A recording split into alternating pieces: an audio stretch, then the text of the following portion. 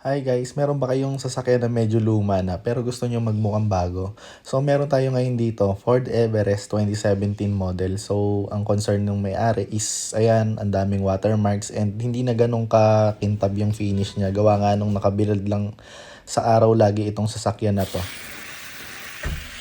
So habang nagde-detail tayo, yung iba naman naglaalis ng aspalto. So after ng deep detailing, umpisa na natin mag-paint correct dahil ang concern talaga ng may-ari is malabo na yung pintura and ang kapal ng swirl marks. Kaya nag-hard cut tayo dito sa area na to. And pagkatapos nito, lipat tayo dito sa bubong, ang kapal ng watermarks. Pero ito, dito natanggalan natin siya.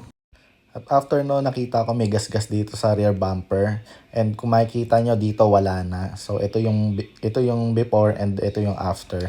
So pagkatapos niya, nag-umpisa tayo sa mga maliliit na detalye. Binafing din natin yung mga singit-singit na mga pinto. And ito, after nito, yung grill naman yung ginawa namin. So after ng whole process, check muna natin yung buong katawan niya kung may mga imperfections pa bago tayo mag-apply ng coating. And ito, pinupunasan na natin. Tinitingnan na natin yung finish niya kung gaano ba siyang kakintab habang wala pa siyang coating. So after nyan, tuloy-tuloy lang ang process. And enjoy this video guys. Panoorin nyo na lang hanggang huli.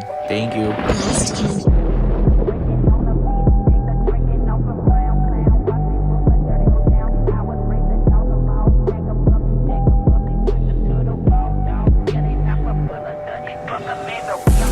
Bringing on the beat.